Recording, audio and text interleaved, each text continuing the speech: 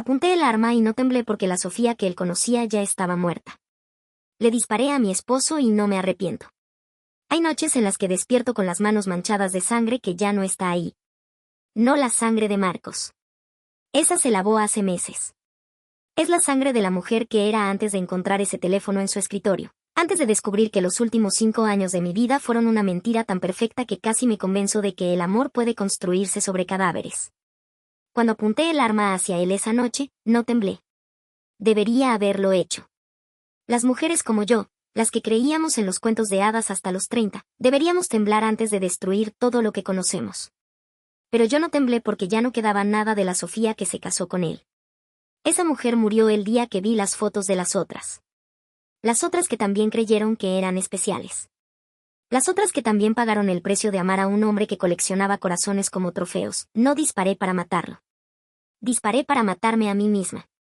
Para matar a la idiota que había sido. Y ahora, sentada en esta celda, escribiendo estas líneas en un cuaderno que me costó 3 cigarrillos, sé que lo conseguí. La Sofía que sale de aquí no será la misma que entró. Será alguien que aprendió que a veces, para salvarte, tienes que estar dispuesta a perderlo todo. Esta es la historia de cómo descubrí quién era realmente el hombre que dormía a mi lado. El teléfono de Marcos vibró sobre la mesita de noche a las 3 de la madrugada. No era raro que recibiera llamadas a esas horas. Trabajaba en consultoría internacional, me decía, y los clientes europeos no entienden de usos horarios. Pero esa noche algo me despertó antes del sonido. Una inquietud extraña, como cuando sabes que alguien te está observando pero no puedes verlo. Me incorporé en la cama y lo miré. Marcos dormía profundamente, con esa respiración pausada que había aprendido a reconocer después de 5 años juntos. Su rostro se veía sereno bajo la luz azulada de la pantalla que seguía vibrando. Hermoso, como siempre. El hombre del que me había enamorado en aquel café de la universidad, cuando aún creía que el amor llegaba como en las películas, inesperado y perfecto. El teléfono se silenció, pero mi inquietud no. Me levanté sin hacer ruido y fui a la cocina por un vaso de agua. Nuestro apartamento en Zona Rosa era pequeño pero acogedor. Había sido mi refugio durante estos años, el lugar donde habíamos construido lo que yo creía que era una vida. Marcos había insistido en mudarnos aquí después de la boda, lejos del apartamento que yo tenía cerca de mi trabajo. Necesitamos un nuevo comienzo, amor, me había dicho. Y yo, como la idiota enamorada que era, había empacado toda mi vida anterior sin hacer preguntas. Regresé al cuarto y él seguía durmiendo. El teléfono estaba ahí, silencioso sobre la mesa. Una parte de mí sabía que no debería tocarlo. Los teléfonos de otras personas son territorios sagrados, ¿no? Pero otra parte, una parte que había estado creciendo en silencio durante meses, me susurraba que algo no estaba bien. Había pequeñas cosas. Llamadas que terminaban abruptamente cuando yo entraba a la habitación. Reuniones de trabajo que se extendían hasta muy tarde, pero que nunca me podía explicar claramente. La forma en que había empezado a guardar su teléfono boca abajo, cuando antes lo dejaba como fuera. Su risa, que antes me derretía, ahora a veces sonaba ensayada. Tomé el teléfono. La pantalla se encendió con mi toque. No tenía contraseña. Marcos siempre había dicho que las parejas que se amaban no tenían secretos. ¡Qué ironía tan perfecta! Abrí WhatsApp y mi mundo se detuvo. Había conversaciones con nombres que no reconocía. Carla. Valentina. Isabella. Fotografías que me hicieron sentir náuseas. No solo porque eran íntimas, sino porque vi mi propia historia repetida en cada conversación. Los mismos halagos que me había dicho a mí. Las mismas promesas. Las mismas palabras de amor que yo creía únicas, especiales, nuestras. Eres diferente a todas las demás, le había escrito a Carla 2 días atrás. Las mismas palabras que me había susurrado a mí la primera vez que hicimos el amor. No puedo imaginar mi vida sin ti, le decía a Valentina. Lo mismo que había grabado en el anillo que me había dado el año pasado. Mis manos empezaron a temblar. No podía ser real. Tenía que haber una explicación. Pero mientras seguía leyendo, mientras veía foto tras foto, mensaje tras mensaje, la verdad se volvía inevitable como una avalancha. Marcos no era el hombre que yo conocía. Tal vez nunca lo había sido. Encontré algo peor en su galería de fotos. Una carpeta oculta con cientos de imágenes. No solo de estas mujeres, sino de otras. Muchas otras. Fotos íntimas, conversaciones capturadas, incluso videos que claramente habían sido tomados sin consentimiento. Era como descubrir que había estado viviendo con un extraño. Peor que eso. Con un depredador. Mi respiración se volvió errática. El aire del cuarto se sentía espeso, irrespirable. Tuve que salir al balcón para no desmayarme. Bogotá dormía abajo de mí, ajena a que mi vida acababa de explotar en pedazos. Las luces de la ciudad parpadeaban como estrellas caídas, y yo me aferré a la barandilla sintiendo que también estaba cayendo. 5 años. 5 años de mi vida entregados a un hombre que mentía como respiraba. ¿Cuántas veces me había tocado después de estar con ellas? ¿Cuántas veces me había dicho que me amaba mientras le decía lo mismo a otras? ¿Cuántas veces había sido su idiota?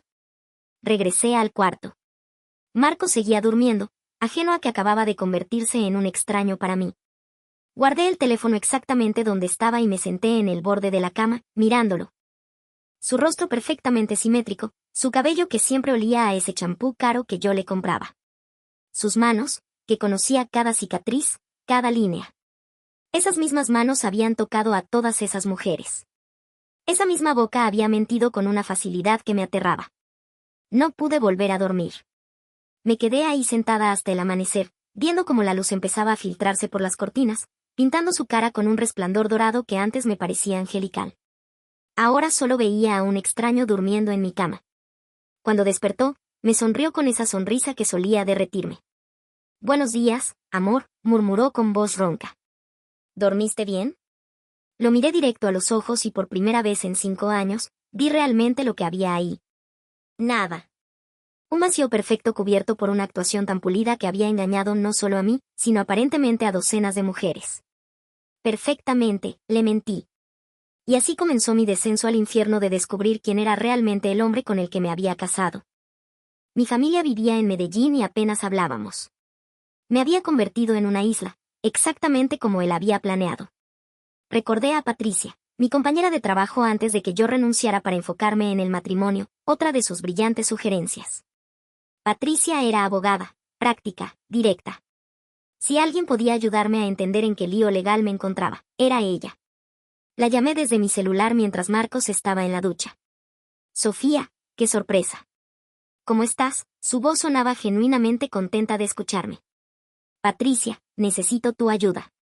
«Es complicado». Hubo una pausa. Patricia siempre había sido intuitiva. «¿Estás en peligro?». La pregunta me golpeó porque no había considerado esa posibilidad. ¿Estaba en peligro? Un hombre capaz de manipular tan sistemáticamente, ¿de qué más sería capaz? No sé, admití. Tal vez. Nos vemos mañana. Café Roma, 2 de la tarde. Y Sofía, si sientes que algo no está bien, confía en tu instinto. Colgué justo cuando Marco salió del baño, con una toalla alrededor de la cintura y esa sonrisa que una vez me había enamorado. ¿Con quién hablabas? Con mi mamá, mentí sin pestañear. Era increíble lo fácil que se volvía a mentir cuando descubrías que toda tu vida había sido una mentira. Me volví detective de mi propia vida.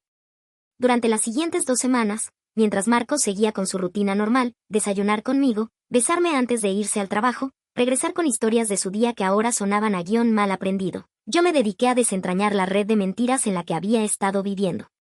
Empecé por lo obvio. Creé cuentas falsas en redes sociales y busqué a las mujeres cuyos nombres había visto en su teléfono. No fue difícil encontrarlas.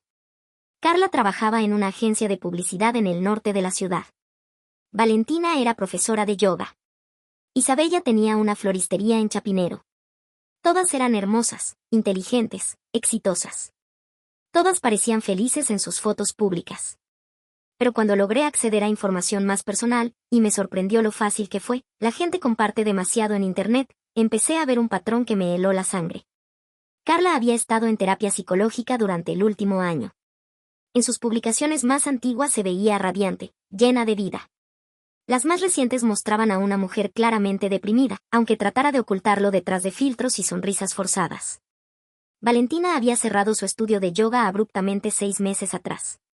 Sus últimas publicaciones hablaban de nuevos comienzos y aprender a confiar otra vez. Isabella había puesto a la venta su floristería. En un post de hace 3 meses escribió algo que me partió el corazón. A veces las personas que más amas son las que más daño te hacen. aprendiendo a perdonarme por haber sido tan ingenua. Marcos no solo las engañaba. Las destruía sistemáticamente. Una noche, cuando él salió a una de sus misteriosas reuniones de trabajo, decidí revisar más a fondo nuestro apartamento. Si había aprendido algo en estas semanas era que el hombre con el que vivía era un mentiroso compulsivo, y los mentirosos siempre dejan rastros. Encontré el primer rastro en su estudio. Una caja escondida detrás de sus libros de consultoría, que probablemente nunca había leído, contenía documentos que me hicieron entender que su trabajo también era una mentira. Marcos no era consultor internacional. Trabajaba en una empresa de marketing digital, un puesto mediocre que había inflado hasta convertirlo en una fantasía de ejecutivo exitoso. Pero lo que encontré después fue peor. Una libreta con nombres, fechas y lo que parecían estrategias. Como si cada mujer fuera un proyecto a conquistar. Mi nombre estaba ahí, en la primera página, con anotaciones que me hicieron vomitar. Insegura por su peso. Usa eso. Necesita protección masculina. Fácil de aislar de sus amigas. Había reducido mi personalidad entera a puntos débiles que explotar. Las otras mujeres también estaban ahí. Carla, Yari y Shields. Responde bien a la autoridad. Valentina, espiritual, busca conexión profunda. Yo hace vocabulario místico. Isabella, romántica desesperada. Flores y poesía. Era un manual de manipulación emocional. Y yo había sido su primera víctima exitosa. Seguí leyendo, aunque cada palabra me doliera como un cuchillo. Había estrategias detalladas sobre cómo aislar a cada una de sus redes de apoyo, cómo crear dependencia emocional, cómo mantener múltiples relaciones sin que se descubrieran. Era meticuloso, calculado, frío. Pero lo que más me aterró fue darme cuenta de que cada estrategia había funcionado conmigo. Me había alejado de mis amigas gradualmente, siempre con excusas perfectas. Había desarrollado una dependencia hacia el que me avergonzaba reconocer. Había cambiado aspectos fundamentales de mi personalidad para ser la mujer que él decía amar. No había sido amor. Había sido una obra de ingeniería psicológica. Esa noche, cuando regresó a casa con olor a perfume que no era el mío, me besó como siempre. Pero sus labios se sintieron como hielo contra los míos. ¿Todo bien, amor? Te ves pálida, me dijo con falsa preocupación. Solo cansada, le mentí, perfeccionando mi propia actuación. Decidí que necesitaba ayuda. ¿Pero a quién podía recurrir? Marcos había logrado que me alejara de todas mis amigas cercanas. Esa noche, acostada junto a él, escuchando su respiración regular, me preguntó si alguna vez había sido real algo entre nosotros. Si en algún momento, entre todas sus mentiras y manipulaciones, había sentido algo genuino por mí. Pero mientras miraba su perfil en la oscuridad, me di cuenta de que la pregunta que realmente importaba era otra: ¿qué iba a hacer ahora que sabía la verdad? Porque una cosa era segura, la Sofía que había descubierto todo esto ya no era la mujer ingenua que se había casado con él. Y esa nueva Sofía era capaz de cosas que la anterior nunca habría imaginado. Patricia me abrazó en cuanto me vio llegar al café. No había cambiado nada, el mismo cabello castaño corto, los mismos lentes de marco grueso, la misma energía directa que me había hecho sentir segura cuando trabajábamos juntas. Te ves terrible, me dijo sin rodeos, y me reí por primera vez en semanas. Gracias. Justo lo que necesitaba escuchar. Pedimos café y me dispuse a contarle todo. Pero cuando abrí la boca, las palabras se atascaron. ¿Cómo explicas que has descubierto que tu vida entera es una mentira? ¿Cómo admites que has sido tan ingenua, tan ciega? Marcos no es quien yo creía que era, logré decir finalmente. Patricia me estudió con esa mirada que usaba en los tribunales, la que diseccionaba cada detalle. Cuéntame. Y se lo conté todo. El teléfono, las otras mujeres, la libreta, las mentiras sobre su trabajo. Cada palabra me dolía, pero también me liberaba. Era la primera vez que hablaba de esto con alguien, la primera vez que sacaba la verdad de mi cabeza donde había estado envenenándome durante semanas. Patricia escuchó sin interrumpir, tomando notas ocasionales en su cuaderno legal. Cuando terminé, se quedó callada por un momento largo. Sofía, lo que me estás describiendo no es solo infidelidad. Es abuso psicológico sistemático. Las palabras me golpearon. Abuso. Nunca había pensado en eso. Marcos nunca me había tocado con violencia, nunca me había gritado. Pero él nunca me ha. El abuso no siempre es físico, me interrumpió suavemente. Aislarte de tus amigos, manipular tu autoestima, controlar tu economía, porque renunciaste a tu trabajo, mentirte sistemáticamente. Todo eso es abuso. Sentí como si el suelo se moviera bajo mis pies. Había pasado semanas pensando que era una mujer engañada, traicionada. No había considerado que era una mujer abusada. ¿Qué debo hacer? Primero, necesitamos documentar todo. Fotos de esa libreta, copias de las conversaciones que viste, cualquier evidencia. Segundo, necesitas un lugar seguro donde quedarte cuando decidas confrontarlo o dejarlo. No tengo dinero propio, admití con vergüenza. Y no puedo volver donde mis padres. Es complicado. Patricia sonrió. Puedes quedarte conmigo mientras resolvemos esto. Pero hay algo más, Sofía. Creo que deberías contactar a esas otras mujeres. ¿Para qué? Porque si él te hizo esto a ti, probablemente les hizo lo mismo a ellas. Y ustedes juntas tienen más poder que cualquiera por separado. La idea me aterraba. ¿Cómo iba a contactar a mujeres que ni siquiera sabían que yo existía? ¿Cómo iba a explicarles que todas habíamos sido víctimas del mismo depredador? Pero Patricia tenía razón. Había fuerza en los números, y tal vez, solo tal vez, no era la única que necesitaba respuestas. Esa noche llegué a casa con una determinación que no había sentido en años. Marcos estaba en la sala, viendo Netflix como si fuera un marido normal llegando de un día normal de trabajo. Hola, amor. ¿Cómo estuvo tu día? Bien, le dije, y por primera vez su actuación me pareció patética en lugar de convincente. Voy a ducharme. En la ducha, mientras el agua caliente caía sobre mí, tomé una decisión. Iba a ser valiente. Iba a ser inteligente. Iba a ser todo lo que él había tratado de que no fuera. Después de cenar, una comedia surreal donde los dos actuamos ser una pareja normal, esperé a que se durmiera. Luego saqué mi computadora y comencé a escribir. Hola. Sé que no me conoces, pero necesito hablar contigo sobre Marcos Delgado. Creo que ambas hemos sido víctimas de la misma persona. Fue el mensaje más difícil que había escrito en mi vida.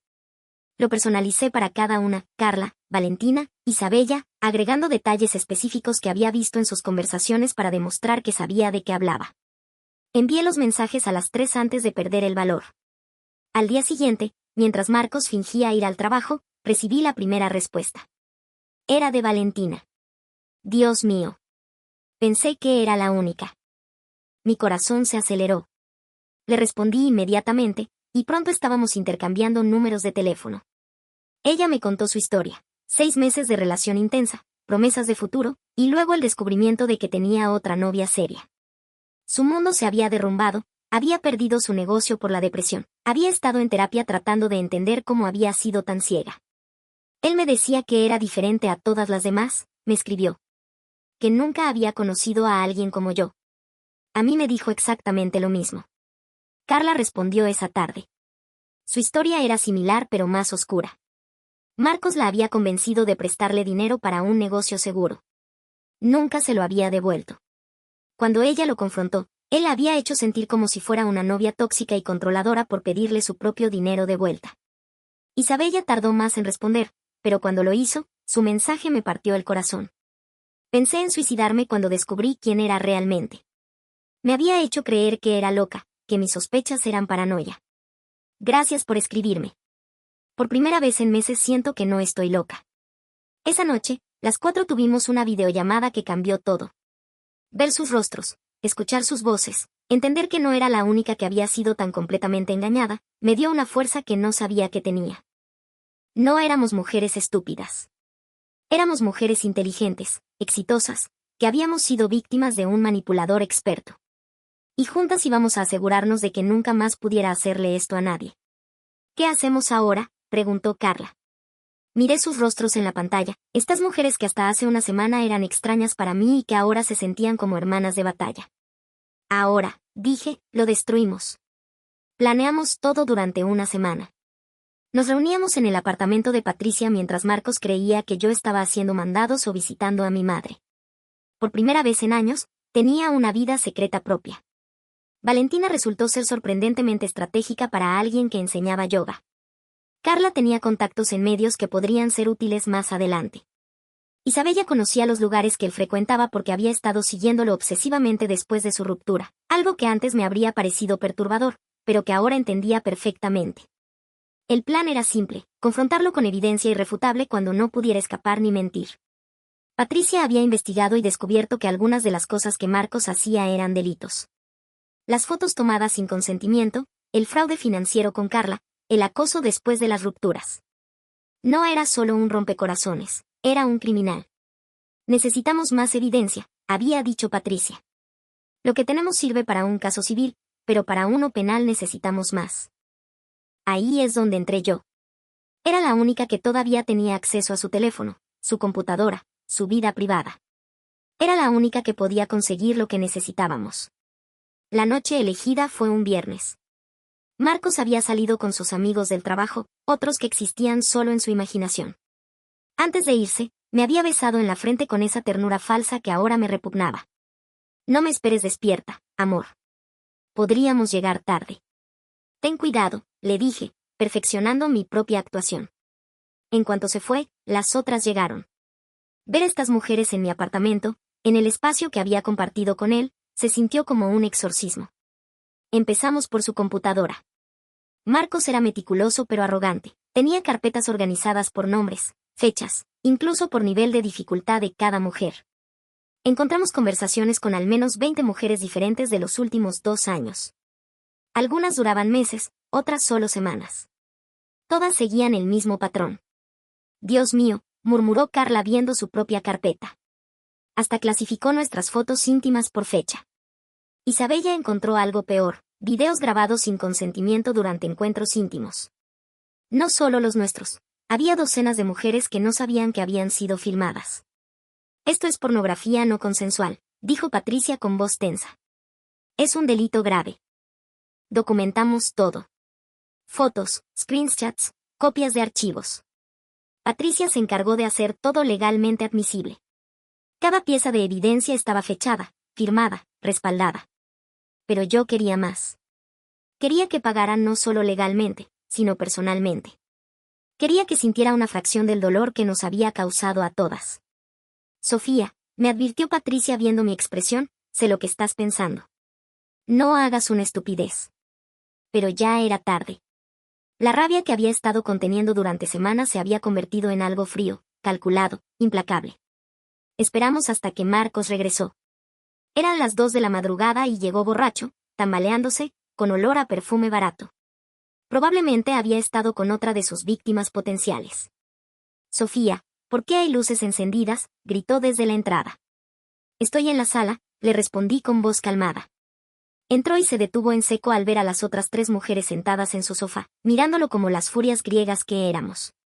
¿Qué es esto? Una reunión, dije levantándome. Marcos, te presento a Carla, Valentina e Isabella. Creo que ya las conoces. Su rostro pasó por varias emociones, confusión, reconocimiento, pánico, y finalmente esa máscara de falsa inocencia que conocía tan bien. Sofía, ¿puedo explicarte? No, lo interrumpí. Ya no más explicaciones. Ya no más mentiras. Patricia se acercó desde la cocina donde había estado esperando, con un folder lleno de documentos legales. Señor Delgado, soy Patricia Morales, abogada. Estas 4 mujeres van a presentar cargos en su contra por fraude, acoso, distribución de material pornográfico sin consentimiento, y abuso psicológico. Marcos se tambaleó, ya no solo por el alcohol. Esto es ridículo. Sofía, amor, ellas te están llenando la cabeza de ideas locas. Ideas locas, me reí, y mi risa sonó extraña incluso para mí. ¿Cómo la idea de que me amas? ¿Cómo la idea de que soy especial? ¿Como todas las ideas locas que les metiste en la cabeza a ellas también? Le mostré la libreta, abierta en la página donde estaba mi nombre con sus crueles anotaciones. Insegura por su peso. ¿Usa eso? ¿Esas fueron tus notas sobre mí el día que nos conocimos? Por primera vez desde que lo conocía, Marcos se quedó sin palabras.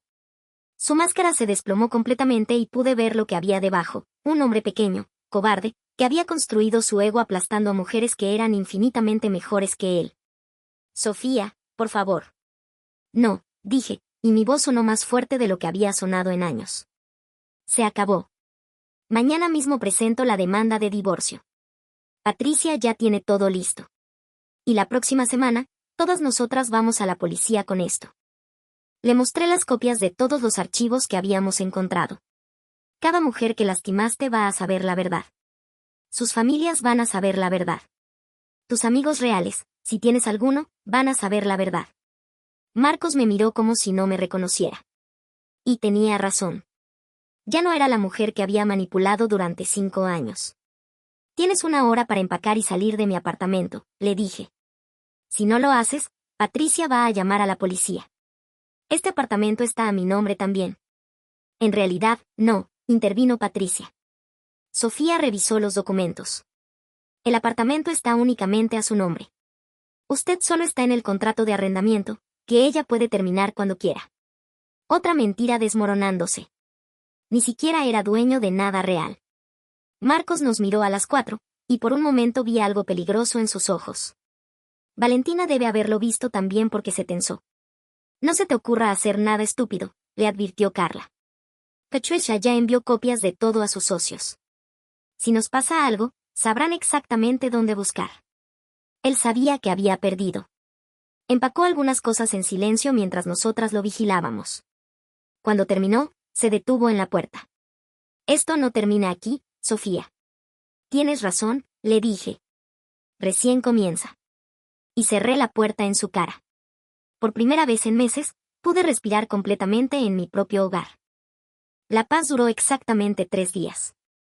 El lunes por la mañana, mientras desayunaba en mi cocina, que por primera vez en años se sentía realmente mía, recibí la primera llamada amenazante. Perra estúpida. ¿Crees que puedes destruir mi vida sin consecuencias? La voz estaba distorsionada, pero reconocí las palabras, el ritmo. Era Marcos, usando alguna aplicación para cambiar su voz. Colgué y llamé inmediatamente a Patricia. Era de esperarse, me dijo con calma profesional. Los abusadores escalaban cuando pierden el control. ¿Tienes grabada la llamada? Sí, mi teléfono las graba automáticamente. Perfecto. Eso va al expediente. Pero las llamadas fueron solo el comienzo. Esa tarde, cuando regresé de hacer mercado, encontré la puerta de mi apartamento forzada. No faltaba nada, pero todo estaba revuelto. Mis cajones abiertos, mis libros tirados, mi ropa interior esparcida por el suelo. Era un mensaje claro, podía entrar cuando quisiera. Llamé a la policía, pero fue inútil. Sin evidencia clara de quién había sido, no podían hacer mucho. El cerrajero que vino a cambiar las cerraduras me cobró una fortuna que apenas podía pagar. No te quedes sola esta noche, me dijo Patricia cuando le conté lo sucedido. Ven a mi casa. Pero yo me negué. Si empezaba a esconderme ahora, nunca pararía. Marcos había controlado mi vida durante años. No iba a permitir que siguiera haciéndolo desde las sombras. Instalé cámaras de seguridad esa misma noche. Básicas, pero funcionales. Si volvía a entrar, lo tendría grabado. Las otras mujeres también estaban siendo acosadas. Valentina recibió fotos íntimas suyas enviadas a sus contactos profesionales. Isabella encontró las ventanas de su floristería pintadas con insultos obscenos. Carla descubrió que alguien había hackeado sus cuentas de redes sociales y estaba publicando mentiras sobre ella. Está usando todo lo que sabe de nosotras en nuestra contra, me dijo Valentina durante una de nuestras llamadas grupales nocturnas que se habían vuelto nuestra línea de vida. Tenía razón. Marcos conocía nuestras inseguridades, nuestros puntos débiles, nuestros miedos más profundos. Y los estaba usando como armas. Pero había subestimado algo, ya no éramos las mujeres aisladas y vulnerables que había manipulado. Ahora éramos un equipo. El miércoles, Isabella me llamó llorando. Sofía, está en mi casa. Está parado afuera de mi casa. ¿Llamaste a la policía? Sí, pero dice que es vía pública, que puede estar ahí si quiere. No está haciendo nada técnicamente ilegal. No te pierdas la segunda parte en el canal. Saldrá mañana. Suscríbete.